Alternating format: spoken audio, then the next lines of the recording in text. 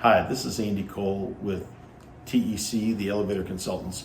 We're in a machine room of a 25-year-old elevator, and because something's 25 years old, it always doesn't mean you need to modernize it. It can be worked on, it can be maintained.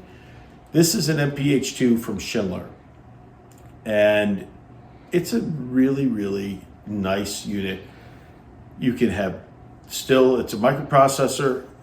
Boards are still available from Schindler for this, not only job, but I'm talking for this control system, and it can run with the proper maintenance and the proper mechanic.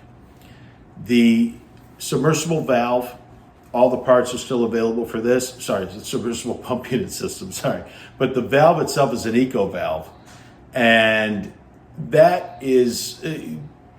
It's a nice valve. It can also be worked on, parts available for it, and there's really nothing obsolete on this entire unit in the machine room. Thank you for checking out this video. Please check out our other videos. If you'd like more information on our company for the Elevator Consultants, you can look at tecvt.com or theelevatораpp.com. Thank you.